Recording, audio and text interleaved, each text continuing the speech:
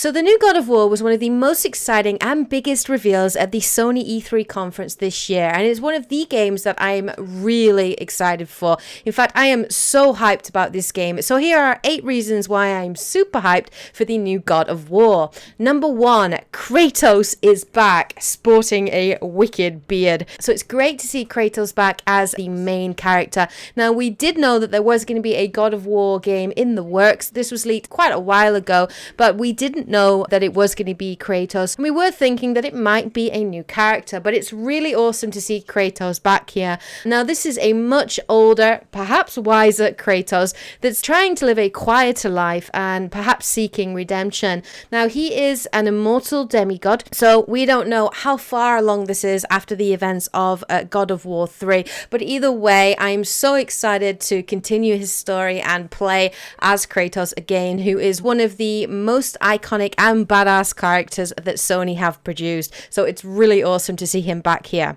Number 2, this is a complete continuation of the story. So it's great to see that Sony Santa Monica are not doing a reboot a la Tomb Raider, but are actually continuing the story of God of War. So this is set sometime after the events of God of War 3. We don't know how far along it is. It could be extremely far along given the fact that Kratos is a demigod. However, we do know that it is a complete continuation, so there will be some reference to the events that took place in the earlier games, particularly to the ending of God of War 3, because pretty much at the end of God of War 3, Kratos left the world in a mess. It was in a terrible state, and he basically destroyed most of the Greek pantheon. So it'll be really interesting to see what effect that has had on the world, and it'll be really cool and interesting to see what has happened between the end of God of War 3 and obviously the start of this game. So I'm very excited to fill in those gaps and see what's happened, and obviously find out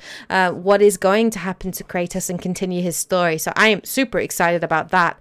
Number 3, it is being directed by Cory Barlog. So for any of you that are big fans of the God of War series, his name will be quite well known. Basically, Cory was the lead animator on God of War. He also was the lead writer and director of God of War 2, which many consider to be the best God of War game, and he also wrote the original design and layout of God of War 3. So to have him back on the project, to have him back at Santa Monica is really epic. It really does instill a lot of faith to have him back working on the franchise, because this is somebody for who God of War is very close to his heart, and if it's going to be in anybody's hands, then probably Cory's hands are the best ones for this game to be in. So we can assume that this is going to be a fantastic new addition to the God of War saga. Number 4, Norse mythology. So we are veering away from the Greek mythology that we were used to. Now, Santa Monica did admit that at one point they did consider going into Egyptian mythology,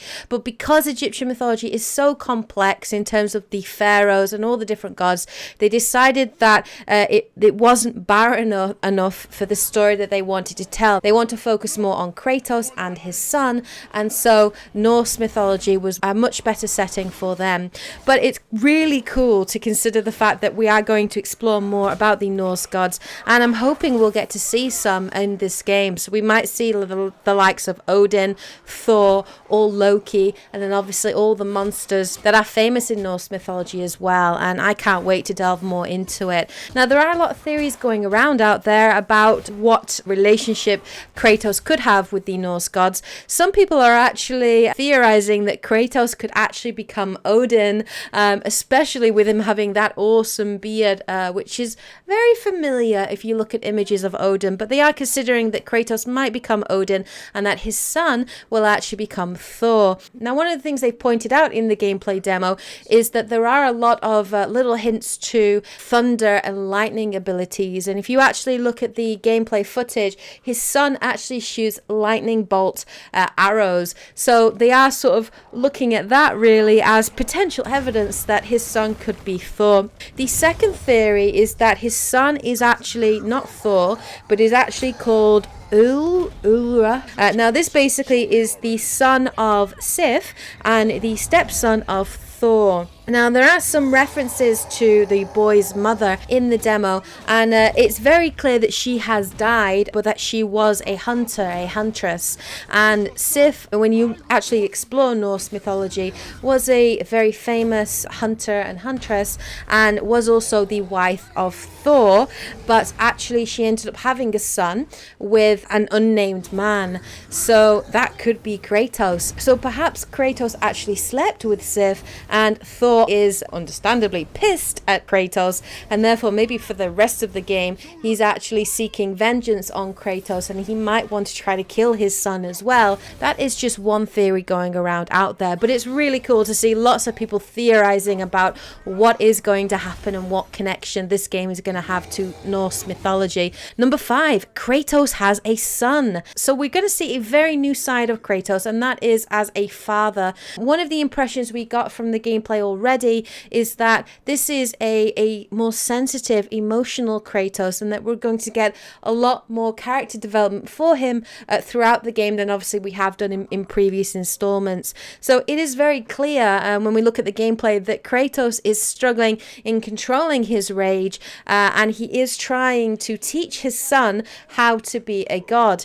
Now, Corey is actually quoted to say that the main overlying theme of the story is Kratos teaching his son how to be a god, and his son teaching him how to be human again. And that seems like it's going to be an overarching theme. Now, his son's going to be a very important character in the game, and it has been confirmed that he will be with you at your side throughout the entire campaign, and he is so important in fact that they've actually mapped a special button to your son, and you can actually interact with him. You can call him over to you, give him instructions, and obviously use him in contextual ways depending on what's going on in the game. So you could use him with regards to helping you navigate the world, solving puzzles, and also in combat as well. And we did see that in the gameplay trailer. So I am very interested in seeing Kratos interact with his son, and just the little snippets that we got have got me incredibly intrigued to see this more sort of sensitive, older side of Kratos, and I'm looking forward to exploring that in more detail.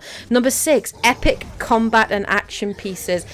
That is going to be back. From what we saw in the gameplay looks awesome. The combat looks great. The camera's actually dropped closer to Kratos than we've had in previous games, so it's now over his right hand side shoulder. This obviously makes the combat feel closer and more close quarters. Kratos has actually traded in his blades of chaos now, and instead he is wielding a battle axe. Very much reminds me of Thor's hammer in that he can control it and throw it at enemies and call it back to his hand. It was also great to see Spartan Rage back as well, which we saw in one of the fights. So it's good to see that Kratos is still sticking to his roots. So that was really cool to see. This is God of War, guys. So great combat, great action pieces. They are a given in this franchise.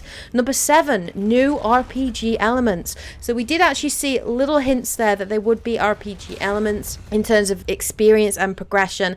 And I think this is probably going to be connected to your son, because your goal is to teach him to become a hunter, to be a god, to survive by himself, and to groom him and pass on Kratos' knowledge to his son. And this could be done in the way of RPG elements. You know, if you're hunting with him or crafting weapons or that kind of thing, he will obviously level up as the game progresses, I would assume, and then obviously he's going to be better at helping you, and he might even have certain abilities that he unlocks as the game progresses. So yeah, it looks like RPG elements are going to be more of a staple in the game as well, and that will be really cool. And number 8, dragons. Dragons are here, guys. I actually didn't know that dragons were part of Norse mythology, so I learned something new. But it's going to be awesome if dragons are going to be in the game, and I hope they're not just there as decoration.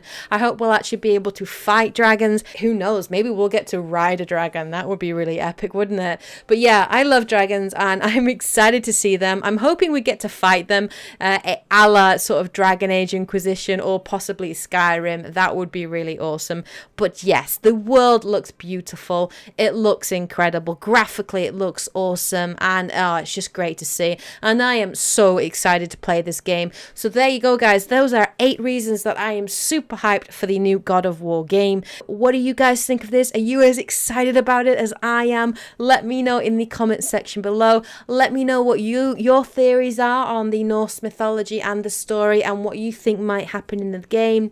Alright, guys and girls, well anyway, thank you for tuning in. Please hit the like button, of course, if you enjoyed this video. Subscribe for more content if you'd like to see more of my videos in the future.